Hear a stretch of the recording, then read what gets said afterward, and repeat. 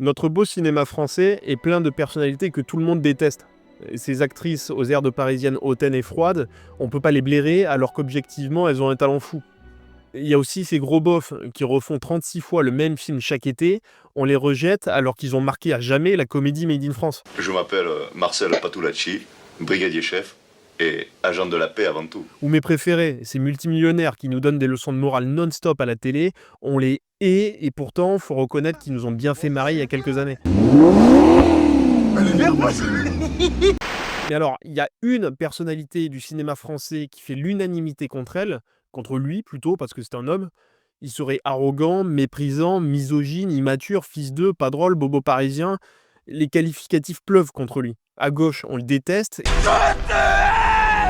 Et à droite, on le méprise. Eh bien moi, je l'adore.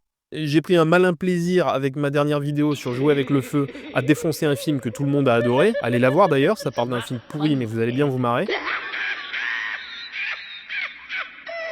Eh bien aujourd'hui, j'ai envie de faire l'inverse, de défendre un cinéaste que tout le monde déteste.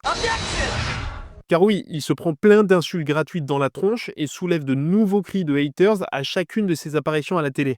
Et pourtant, c'est un très grand réalisateur français que l'on ne remerciera jamais assez de nous proposer de très grands films. Et ce gars-là,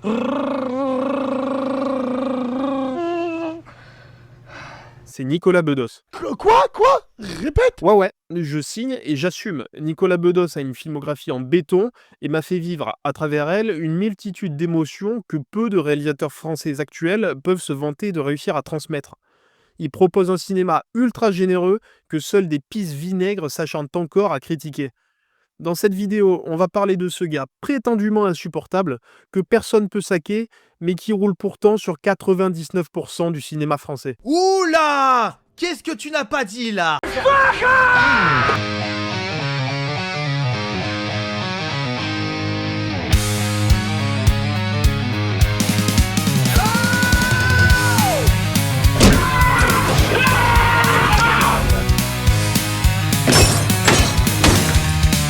C'est le petit poussin jaune qui critique des films. Il s'en bat les steaks. Je suis pas brutal, j'essaye de rendre service, j'essaye d'aider. Mais je l'adore. C'est ton nouveau poteau. My fucking time!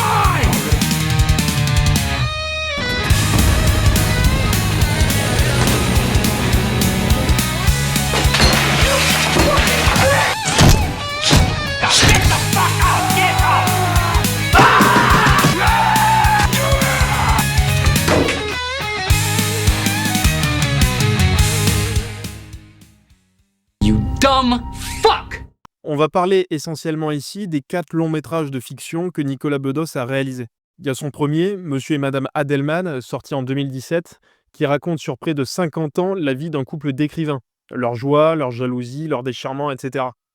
Le film est coécrit avec sa compagne de l'époque, Doria Tillier, et le couple joue aussi les 2 rôles principaux, qui donnent son titre au film. D'accord, ouais. Le reste du casting compte entre autres Pierre Arditi, Zabou Breitman et Denis Poli, ce mec-là quoi.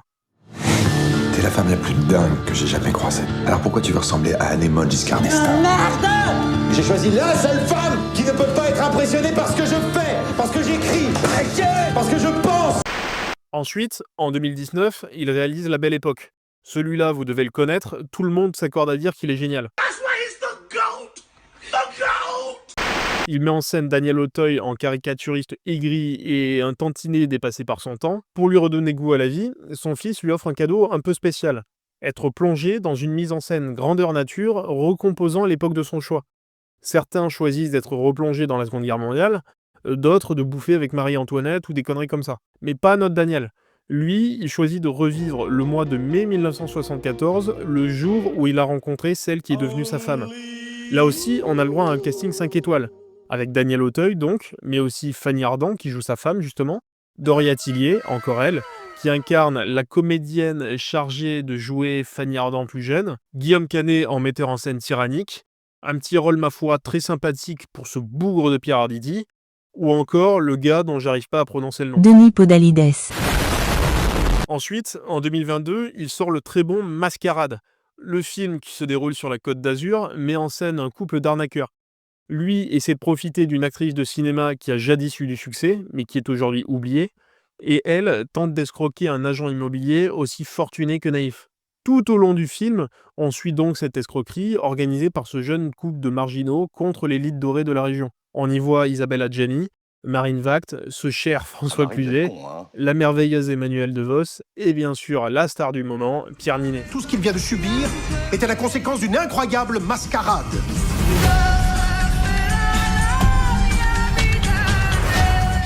Pierre Ninet qu'il avait déjà engagé pour un précédent film, en 2021. Mais celui-là, il est un peu particulier par rapport aux autres, car c'est le seul des 4 dont Nicolas Bedos n'a pas écrit lui-même le scénario. Et il s'agit surtout d'une suite de 2 films qui ont été réalisés par un autre. Ici, Pierre Ninet se fond parfaitement avec son personnage, car il y incarne un jeune, talentueux et prometteur, apprenti d'un maître qu'il se voit déjà dépassé. Et j'ai nommé Jean Dujardin, aussi connu sous le nom de Hubert Bonisseur. Pas mal, non? Ce film, c'est OSS 117, Alerte rouge en Afrique noire. Ce 3e volet des aventures du plus célèbre espion français occupe une place bien spéciale dans la filmographie de Nico. Je crois pas avoir à aucun moment cherché à amener ma touche personnelle. C'est une question qui m'est posée souvent. J'ai même des amis qui me disent « Alors c'est quoi ta touche personnelle ?»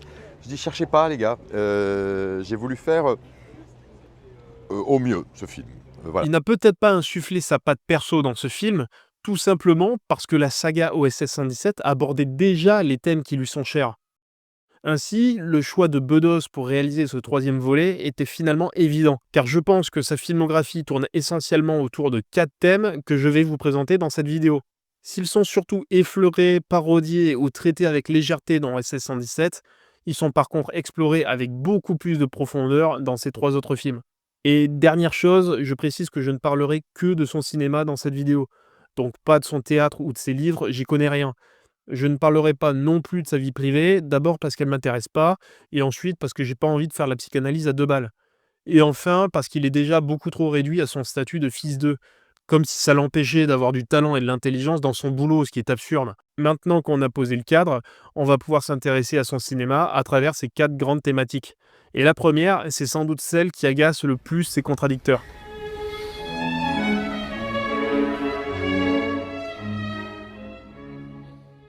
Commençons par la base, le moteur de ces histoires, c'est-à-dire ces personnages. Ils appartiennent tous à une élite bourgeoise et souvent culturelle d'ailleurs. Psst, comme lui et comme tous ses proches. Dans ces films, on retrouve de grands écrivains, dont un membre de l'Académie française, un dessinateur caricaturiste, un producteur de cinéma, un metteur en scène, un ancien danseur, une actrice, un dramaturge, etc. Ces personnages permettent tous, certes, d'aborder une question qui est chère à Bedos, la création artistique, mais ils sont surtout les objets et les organisateurs de faux-semblants, de jeux de dupes, de tromperies, de manipulations, de mascarades finalement. Car même professionnellement, ils sont habitués à mettre en scène du faux. Les exemples sont nombreux dans ces films. Le couple soi-disant à gauche qui recrute 36 domestiques parce qu'ils ne savent plus quoi faire de leur fric, l'écrivain célèbre qui s'accapare en fait tout le travail de sa femme, l'ancien dessinateur tellement dépassé par l'époque qui préfère se réfugier dans un autre temps alors même qu'il sait très bien que tout est faux, les gens, la lumière, les fringues, quitte à tomber amoureux d'une illusion de sa femme. Elle m'a quitté, je lui ai tout donné. Et Mascarade, le film tout entier tourne autour de ça. Entre des jeunes pauvres qui montent une arnaque et des vieux riches qui peinent à se convaincre qu'ils valent mieux que les autres, tout le cinéma de Bedos tourne autour du faux. Ce monde, est-ce que le monde il est à l'envers ou c'est moi qui est à l'envers? Et si vous remarquez bien, ça marche aussi pour SS 117. Ah, j'ignorais. Elle n'est peut-être pas culturelle, mais on a bien affaire là à une élite militaire en tout cas. Après tout, Hubert est un ancien héros de guerre, aujourd'hui haut fonctionnaire envoyé par le gouvernement français à l'international, où il côtoie des chefs d'État, des ministres, des princesses. Gueule, mon vieux, on dirait une poissonnière de Ménilmontant. Et le mensonge, les faux-semblants et la duplicité, c'est bien le propre d'un espion, qui affiche publiquement une couverture pour mener dans l'ombre une mission secrète. Eh oui. Toute cette bourgeoisie, toute cette élite, ça permet d'abord à Bedos de nous offrir un cadre sublime à travers tous ses films. On y voit de beaux monuments parisiens, des paysages exotiques, la magnifique Côte d'Azur, les falaises d'Étretat, un studio qui recompose un bistrot des années 70. Tout ça, il le doit à son chef décorateur avec qui il a bossé pour ses 4 films, Stéphane Rosenbaum. Ces décors, en plus d'être magnifiques, sont surtout très pertinents avec l'imposture que filme Bedos. Ce n'est pas un hasard si la séquence où tout le monde ment à tout le monde dans Mascarade se déroule dans un théâtre, lieu ultime de la mise en scène. J'avais envie de ce faste pour montrer, comment dire, le théâtre dans le théâtre. Et pour moi, le grand théâtre, c'était pour le public, du moins avec le faste que le film raconte, c'était quand même le velours rouge du théâtre italien. Ou bien sûr, si la quasi-totalité de la Belle Époque se déroule dans un décor à cheval entre réalité et fiction. Mais alors c'était très rigolo, parce que les grandes conversations qu'on avait, c'était qu'il fallait comprendre ce mélange que j'avais décidé entre achevé, pas achevé, studio, pas studio. C'est-à-dire que de temps en temps, quand Victor se balade, il faut qu'on croie qu'il y croit, il faut qu'on soit même, qu'on rêve un peu et qu'on fantasme. Puis d'un coup, on passe de l'autre côté d'une feuille de décor et c'est bidon. Et là, on touche à 2 points que j'aime beaucoup dans le cinéma de Bedos. Le premier, c'est qu'il engage souvent les mêmes équipes pour tous ses films. C'est la signature d'un réalisateur efficace et cohérent, en plus d'être un indice sur le bon caractère du gars. Et le deuxième point, c'est ça. Et du coup, on s'est tout de suite, dès le stade du scénario, on a eu envie de faire un cinéma gourmand. Gourmand de mouvements d'appareil, de panotage, de travelling, d'ellipses, de musique, d'enchaînement de séquences musicales, oui. Et du cinéma plaisir, si je puis m'exprimer ainsi, qui a mauvaise presse en France. Lui, il appelle ça le cinéma gourmand. Moi, j'appelle ça le cinéma généreux. Peu importe son appellation. Peu importe leur nom! Je pense que l'on parle de la même chose. Un cinéma plein de décors somptueux, de musiques étourdissantes, d'effets de lumière spectaculaires, de mouvements de caméras audacieux. C'est quelque chose qui me touche vraiment. Car certes, au Cinoche, on peut être ému par l'écriture du film. Une fin triste, une scène de mort, de rupture, etc. Mais personnellement, je suis aussi et surtout ému par la mise en scène d'un film. Quand je devine une équipe de plusieurs dizaines, voire centaines d'artistes et de techniciens travailler d'arrache-pied pour me proposer une scène marquante, ça m'émeut plus que tout. Quand j'ai vu le travelling arrière à la fin de 1917, avec les centaines de figurants derrière, les explosions, la musique épique, j'ai chialé comme un gosse. Pourquoi ? Parce que ces cinéastes sont d'une exigence extrême envers leur propre objet, afin de nous offrir l'expérience de cinéma la plus bouleversante possible. Bedos, il essaye de faire ça justement, et je trouve que c'est de sa part une marque de respect et de générosité envers son public qui est tout à fait louable. Contrairement à ce que souhaite cette tarée, par exemple. C'est-à-dire qu'il faut passer pour un cinéaste crédible, un cinéaste légitime. Et ça fait que, en gros, toute l'image doit toujours faire cinéma. Donc il y a énormément de scènes, énormément de mouvements de caméra très spectaculaires, beaucoup d'acteurs. Et le problème, si vous voulez, c'est que moi, je pense qu'il devrait mettre son cinéma un peu au régime et d'aller vers du moins clinquant pour voir ce que ça fait. C'est-à-dire, en gros, 2 personnages dans une image en noir et blanc, dans une pièce pendant 1h30. Mais enfin, ça va pas! Mais c'est juste insupportable! Arrêtez! Ah, mais sérieux, mais c'est vraiment ce que tu veux? Que la mise en scène d'un réalisateur bourré d'idées soit contrainte à un manque de couleurs, de personnages, de décors? Et c'est marrant qu'elle utilise aussi le champ lexical de la bouffe. Ça me simplifie vraiment la tâche. Entre la gourmandise de Bedos et le régime de l'autre chieuse, j'hésite pas une seule seconde. Et je dis pas non plus que tous les films devraient ressembler à l'introduction de Spectre. Mais je dis seulement qu'il faut être sacrément rabat-joie pour rabaisser un film qui propose ne serait-ce qu'un peu d'ambition. Les gars, relax! Allez, revenons au personnage. Cette bourgeoisie s'y imbue d'elle-même. Et c'est un merveilleux terrain de jeu pour ce qui est peut-être la principale force de Bedos, son écriture. C'est un scénariste fabuleux. Ses histoires sont toutes plus complexes les unes que les autres, et pourtant tout fait sens. Limpide. Très limpide. Pour ça, il est bien sûr aidé par sa monteuse, Annie Dancher.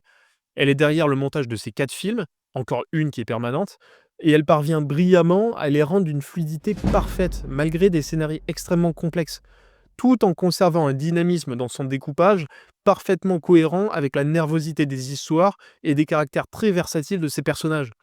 On lui doit notamment quelques transitions fort sympathiques et qui viennent rythmer le récit de manière très juste. Tu m'emmerdes. Qu'est-ce que tu veux? J'ai besoin de toi. Moi pas. Je veux plus te voir. Ensuite, ses dialogues.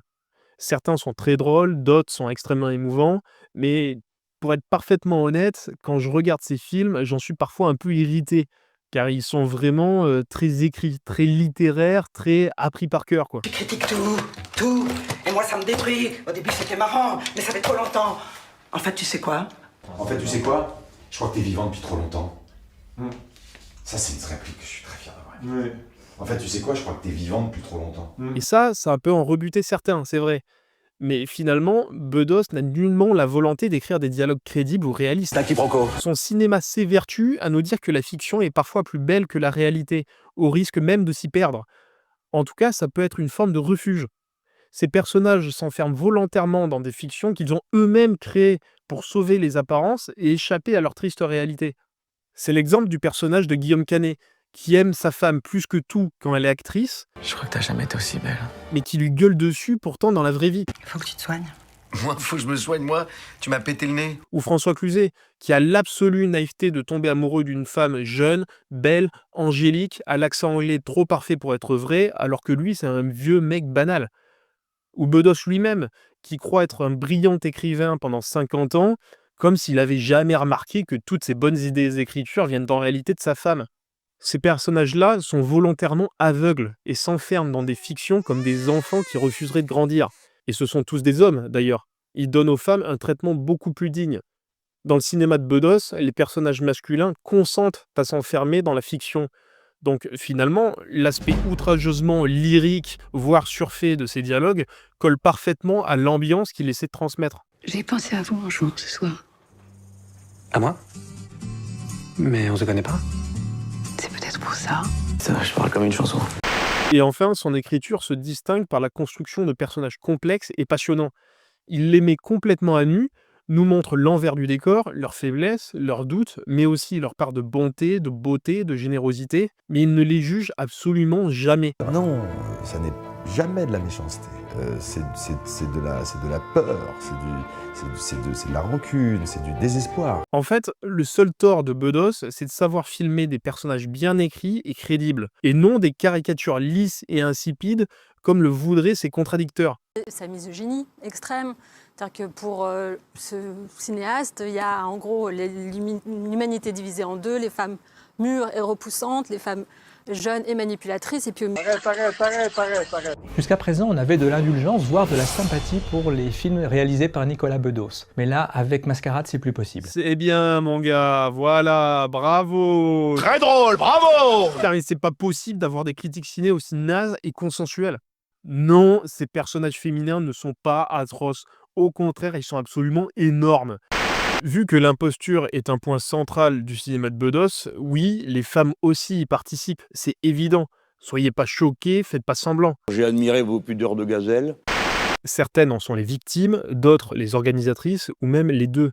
Et il y a le cas particulier du personnage d'Emmanuel DeVos dans Mascarade, qui, dans un monde de faux-semblants, est le seul îlot de bonté, de fidélité, d'intégrité et de sincérité, alors que son mari est à la fois trompeur et trompé. Bien sûr qu'on s'aime. Disons qu'on s'aime comme deux personnes qui s'aiment depuis longtemps. Personnage secondaire oublié, c'est pourtant l'un des plus lucides et touchants de toute la filmographie de Bedos. En réalité, ce personnage est touchant dans l'exacte mesure où il est unique. Une multiplication de personnages parfaits s'entraînerait mécaniquement un film plat, alors qu'un seul personnage parfait comme elle, au milieu de toute une faune sauvage, représente notre seule lueur de bonté. Et ça le rend super. Si les autres personnages féminins sont aussi rugueux, c'est car elles aussi sont prises dans cette machine infernale de la duplicité. Alors que les hommes ont la lâcheté de s'y conformer, quitte à tout abandonner, les femmes, elles, feront tout pour y échapper. Et même à se montrer intraitables avec les hommes, soit pour les piéger, soit au contraire pour les aider. Ce sont des personnages avec du relief et de réelles personnalités. Si ces personnages peuvent avoir des comportements odieux, ils sont toujours expliqués, nuancés, étudiés. Ça en fait des personnages de cinéma forts et hyper intéressants à voir. Rien à voir avec ce que prétendent ces pseudo-critiques. Dernière chose sur ce thème des faux-semblants, l'utilisation des miroirs. Au Cinoche, les miroirs sont évidemment fréquemment utilisés comme symbole de double personnalité. C'est une figure de style qui s'adapte bien au cinéma de Bedos. Et c'est marrant de voir à quel point ils sont présents dans sa mise en scène. Ils révèlent bien souvent l'état émotionnel de ces personnages. Dans La Belle Époque, par exemple, il y en a partout. Le personnage de Doria Tillier, qui en a marre de participer à toute cette illusion et d'être réduite à son rang d'actrice, explose un miroir lors du climax du film, au moment où la réalité rattrape la fiction. En gros, elle fait éclater la vérité. Ou ce plan, où Daniel Auteuil retrouve une jeunesse perdue, se noie innocemment dans son reflet, pendant que Guillaume Canet, tel le voyeur, le manipulateur qu'il est, l'observe caché dans l'ombre, car c'est en fait un miroir sans teint. On remarque d'ailleurs que les reflets des deux personnages se fondent, Guillaume Canet vouant dans le film une profonde admiration pour celui qui l'observe. On peut aussi parler d'Isabelle Adjani, qui passe son temps à s'observer, ce qui trahit son égocentrisme et lui donne presque un air de sorcière, ou encore Marine Vact, qui tourne le dos au miroir et nous adresse plutôt un regard caméra qui nous laisse deviner tout de ses réelles intentions. Bref, vous avez bien compris que si Bedos aime filmer l'élite, ce n'est pas seulement par fascination ou entre-soi, mais c'est pour nous montrer les facettes les plus obscures de ce milieu. Maintenant qu'on a vu la base, on peut passer au deuxième thème signature de la filmographie de Bedos. This is the end. Hold your breath. Dans ces films, les personnages ne sont pas les seuls à jouer avec la vérité. Nicolas Bedos, lui-même, en tant que réalisateur, le fait aussi. Ces films sont truffés de récits dans le récit, de films dans le film. Dans La Belle Époque, c'est évident. Le film commence justement par un faux film, puis se poursuit jusqu'à la fin par une mise en abîme. Et même si c'est moins flagrant, c'est pourtant essentiel aussi dans les autres. Prenons le début de Monsieur et Madame Adelman, qui, je le rappelle, est son premier. Donc les premières minutes du film sont les balbutiements de Bedos au cinéma. C'est sa naissance. On pourrait s'attendre à quelque chose de très classique, voire timide, et c'est finalement une véritable lettre d'intention lors de laquelle il s'amuse à brouiller les frontières entre réalité et fiction en seulement quelques petites minutes. Il s'amuse d'abord avec l'aspect intradiégétique ou non de la musique. C'est-à-dire qu'on la pense d'abord uniquement audible pour le spectateur, mais elle est en fait écoutée par le personnage lui-même. Maman, t'es prête? J'arrive. Puis on a un caméo de Jack Lang. Lui, je vous le présente pas, hein, vous le connaissez. Ministre, Parti Socialiste, fête de la musique, villa à Marrakech, tout ça, tout ça. C'est dégueulasse, mais... Attends, c'est censé être l'homme le plus classe. Il va sans doute nous présenter ses excuses. Oh non. Donc une incrustation de la réalité dans la fiction. On poursuit par la mise en place du film et on comprend qu'il nous sera raconté au passé par la bouche du personnage de Doria Tillier qui se confie à un journaliste dans le présent. Et tout au long du film, des séquences nous font clairement douter de la véracité de ce qu'elle raconte. Comment peut-elle être au courant de moments de vie de son mari qu'il a vécu sans elle? Ou comment peut-elle aussi connaître ses hallucinations? Et de toute façon, faut-il vraiment la croire sur parole? Non. La séquence juste après se passe dans une boîte de nuit baignée de rouge où la caméra bouge et suit constamment les personnages. Ça m'étonne pas d'ailleurs vu que Bedos est un grand fan de Scorsese, on sent bien l'inspiration là. Et la séquence est pleine à craquer de regards caméra. À qui s'adressent ces personnages? À eux ou à nous? Tu vois ce livre, hein? Je l'ai écrit avec mon sang. À qui tu parles? Tout le monde. Je vais pas revenir non plus sur ce film plan par plan, mais vous comprenez l'idée. Dès le début de sa carrière de réalisateur, Nicolas Bedos s'amusait déjà à insérer un récit dans son récit, pour jouer avec nous et complexifier le rapport que l'on a, nous, en tant que spectateurs, avec son œuvre. La question qu'on pourrait alors se poser, c'est tout simplement pourquoi? Pourquoi? Je suis pas dans sa tête et j'imagine qu'il y a plein de réponses possibles, mais moi, j'ai ma théorie. Nicolas Bedos développe dans tous ses films une démarche hyper méta. Ses récits s'imbriquent les uns dans les autres pour mieux souligner la nature même du cinéma, art de l'illusion, de l'artifice et de la mise en scène. Ce recours aux récits imbriqués n'est pas un simple procédé narratif. Il témoigne, je pense, d'un amour viscéral du cinéma. Bedos ne cherche pas à dissimuler les rouages de sa mise en scène, au contraire, il les exhibe, il les théâtralise. Il adopte une démarche quasi baroque où le cinéma est justement célébré pour sa capacité à faire rêver et à innover, que ce soit techniquement, narrativement ou esthétiquement. La filmographie de Bedos témoigne d'un rapport obsessionnel au passé, non pas comme simple référence historique, mais comme matrice esthétique et émotionnelle. OSS 117 est révélateur de cette démarche.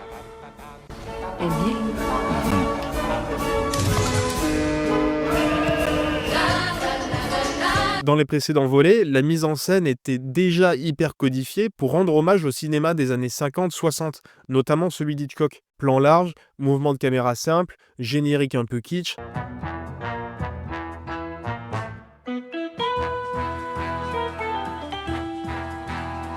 Or, le troisième OSS se déroule dans les années 80, et ça, c'est une période propice au cinéma plus démonstratif de Bedos. Les mouvements de caméra y sont plus amples, l'esthétique est différente, il y a un côté quasi blockbuster, un générique à la James Bond, etc.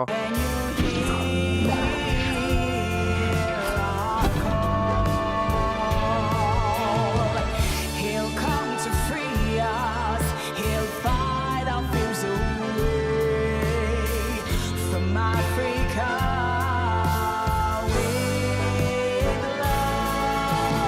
Ce même geste de recréation du passé se retrouve dans Monsieur et Madame Adelman et dans La Belle Époque, 2 films qui s'enracinent dans les années 70, période emblématique du nouvel Hollywood. C'est grosso modo cette période du cinéma américain, dans les années 70, qui a vu naître des réalisateurs comme Coppola, Scorsese ou Cimino, qui se sont affranchis de la censure de l'époque pour proposer un cinéma nouveau et critiquer violemment la société et la politique.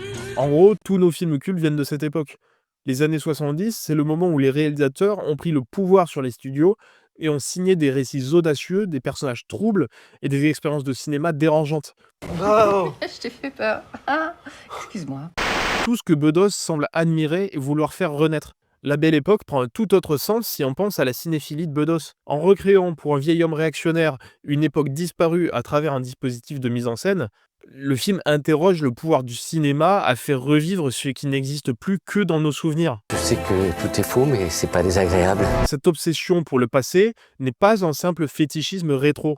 Premièrement, sa mise en scène démonstrative n'est jamais ni gratuite ni artificielle. Ce mouvement de caméra, là, il nous fait plonger littéralement pour la première fois dans le récit de Monsieur et Madame Adelman, à la fois dans une époque et dans un lieu. Ou bien ce mouvement de circulaire, là, il traduit l'inspiration et l'excitation de l'écrivain qui se met à écrire toute une nuit. Dans La Belle Époque, si vous remarquez bien, tous les plans dans le présent sont filmés caméra à l'épaule. Le résultat, c'est qu'on a une image un peu instable, qui traduit la difficulté de personnage de Daniel Auteuil à vivre avec son temps. Il n'arrive pas à vivre dans le présent. Il a plus de boulot, il s'entend plus avec son fils, sa femme est en train de le larguer, c'est pour ça que l'image tremble un peu. Par contre, quand il se plonge dans la fiction, pour revivre les années 70, l'image est beaucoup plus stable et les mouvements sont beaucoup plus fluides. Et ça traduit son confort dans cette nouvelle situation. Le seul endroit où il se sent bien, c'est dans le passé. Et nous, en tant que spectateurs, on le ressent grâce au mouvement de caméra. Et Bedos sait calmer sa caméra au moment qui compte. En gros, sa caméra bouge tout le temps, sauf quand ses personnages se posent et se disent la vérité. Dans tous ses films, quand les personnages se mettent à nu et parlent avec sincérité, la caméra se pose et laisse enfin la place aux acteurs, qui sont d'ailleurs tous excellents dans ces films. Sa mise en scène est donc bien réfléchie et au service de ce qu'il veut raconter, en plus d'être truffé de récits imbriqués et de reconstitution du passé. C'est la marque d'un auteur qui croit encore à la magie du cinéma comme machine à remonter le temps, comme lieu où l'on peut redonner vie à ce qui est en train de mourir.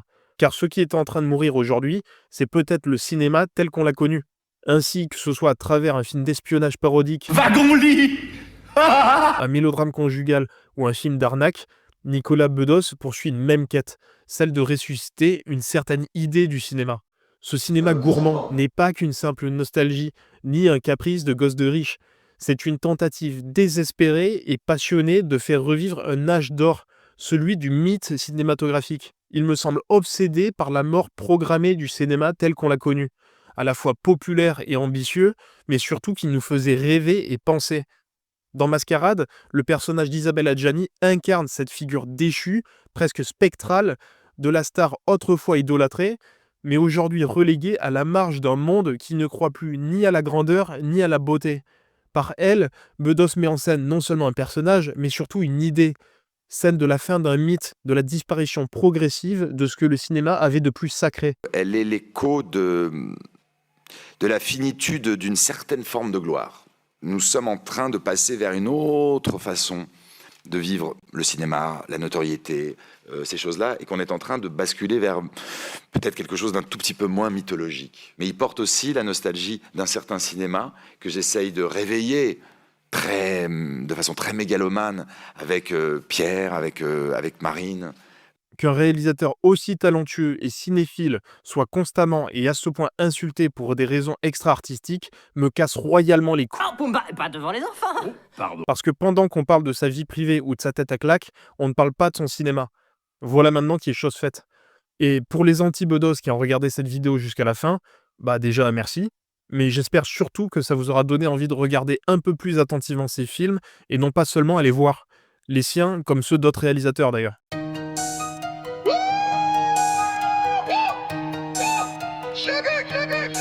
C'est le petit poussin jaune, le mignon poussin jaune. Pouloulou. Pouloulou. C'est le petit poussin jaune, le mignon poussin jaune. Pouloulou. Pouloulou. Son fat de crâne là, on dirait le boule à ta daronne. Insolent comme les et Chico à Deschamps. Je suis accro à sa petite tête de tueur. La vérité, ce gars-là me fout la trique.